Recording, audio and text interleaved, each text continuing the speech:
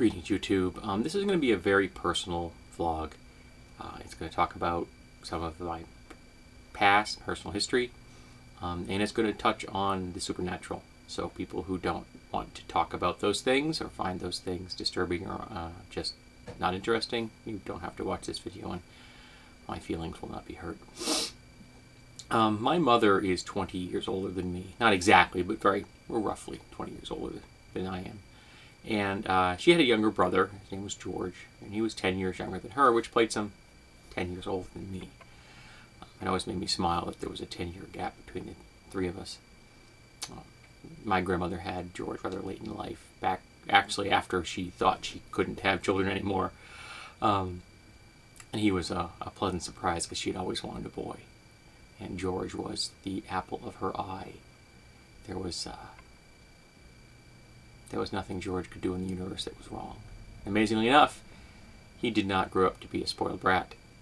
And he was not a perfect human being. He was a bit of a racist, which isn't shocking, see, as my grandmother was a racist, and he was raised in a town full of nothing but racists and alcoholics. He could have been a lot worse than he was. Mostly it was because he was raised in a completely insular white environment. There were probably pretty much no people that weren't white in his world. In Pennsylvania coal country, it was not what you'd call the most ethnically diverse environment to be raised in. But he wasn't overtly hateful, at least. But he was, as far as a little boy is concerned, the perfect uncle. He had a pilot's license on a plane. He had a PI license, a private investigator's license. He was into firearms and hunting. He was a professional photographer. And he and his buddy Barry owned a garage, B&G Off-Road, Barry and George.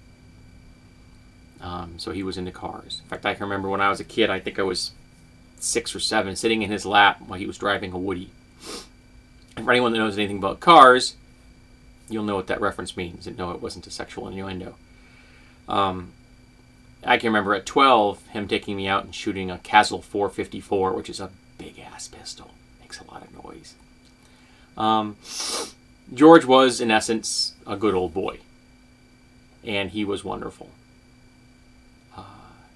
He had a charming smile that I wish I'd have, which I could emulate and I can't. He had a certain soft laugh that I can still remember. And while he had a bit of a temper on occasion, he also had an incredible amount of patience. I can remember he would watch television, and one of his mom's favorite cat, Mr. Thomas, would leap from one chair to the other. And George thought this was really cool. He waited for months with a camera next to him, trying again and again and again to get that shot. Till one day, Mr. Thomas left Jesper and George and caught Mr. Thomas in perfect mid-air leap. It was beautiful. Then my favorite picture of my sister in the whole world, which is her as a toddler, was taken by my uncle.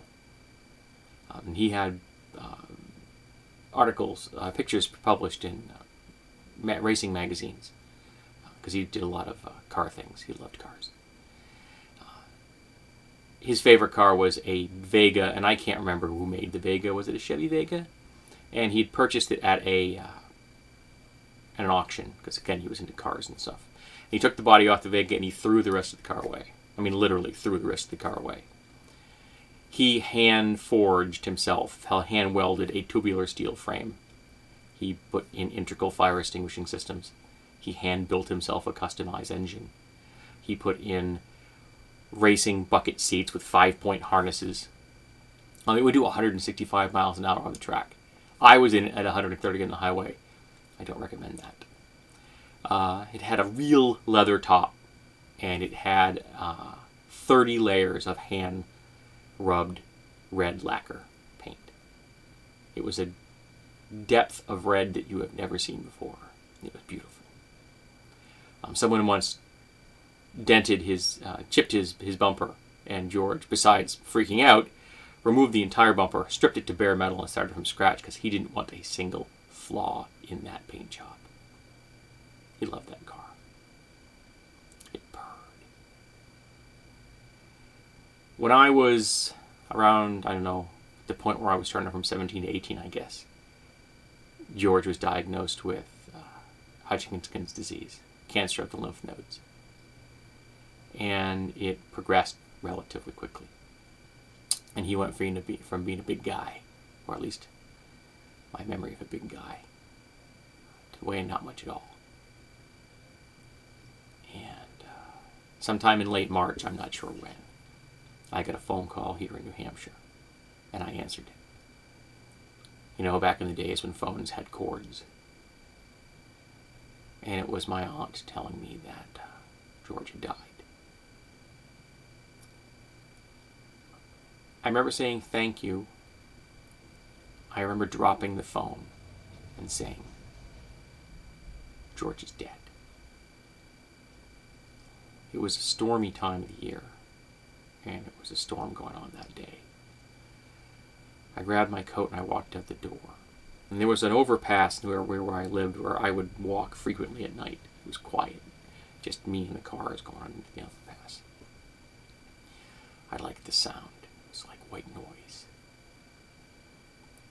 And I went up there, and the wind was howling, and the rain was falling.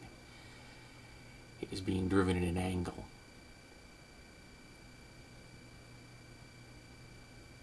And something inside me let go.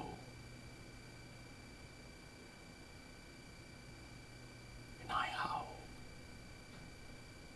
I howled like a wounded animal at the top of my lungs.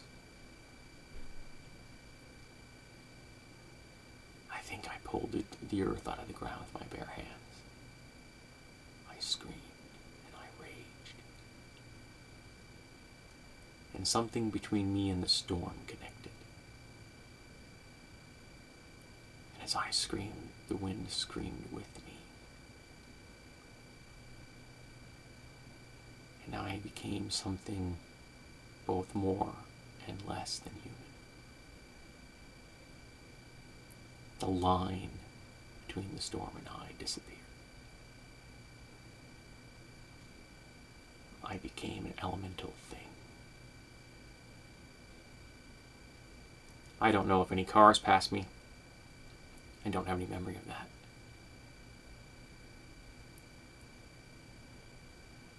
But I would have been shocked if anyone would have come near me.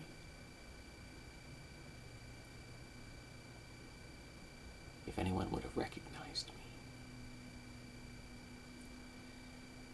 Eventually, I wore myself out. The wind died down with me. The storm and I ended.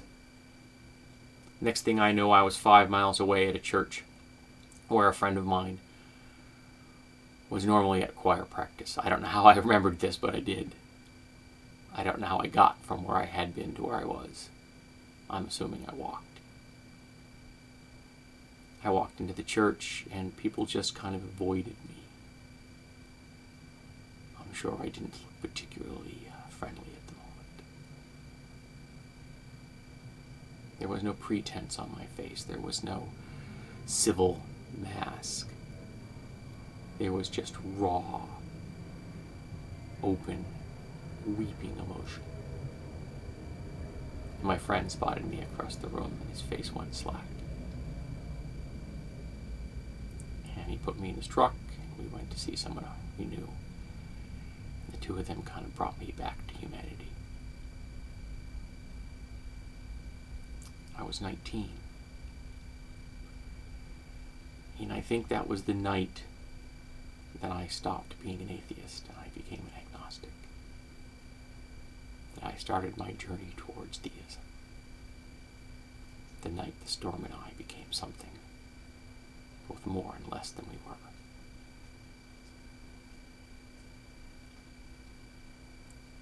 It's been 30 years since George died.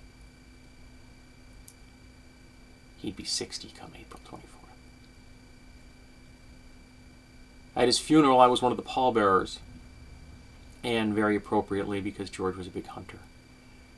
There was a big V of geese in the air. And my mother blew a tire, so I and the other pallbearers were out in behind the church fixing it, which we also thought was very appropriate. when his buddy Barry showed me the best way to change a tire. George was a big part of my life, and his absence left a hole that no one has ever filled and no one ever will. One of the reasons I grew this here is because George had a beard. It's one of the reasons my mom likes it, I think. Reminds her of her little brother.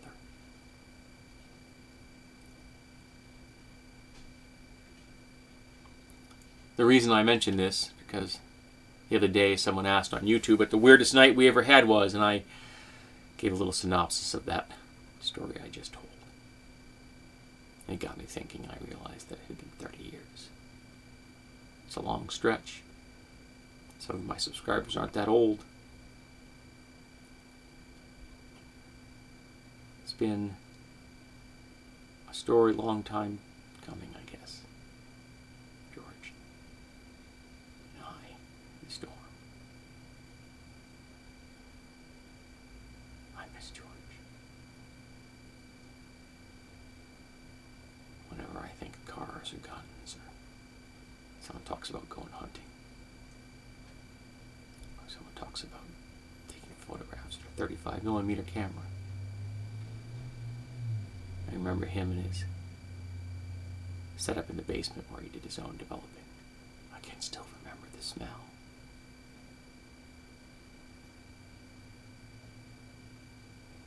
He was my uncle.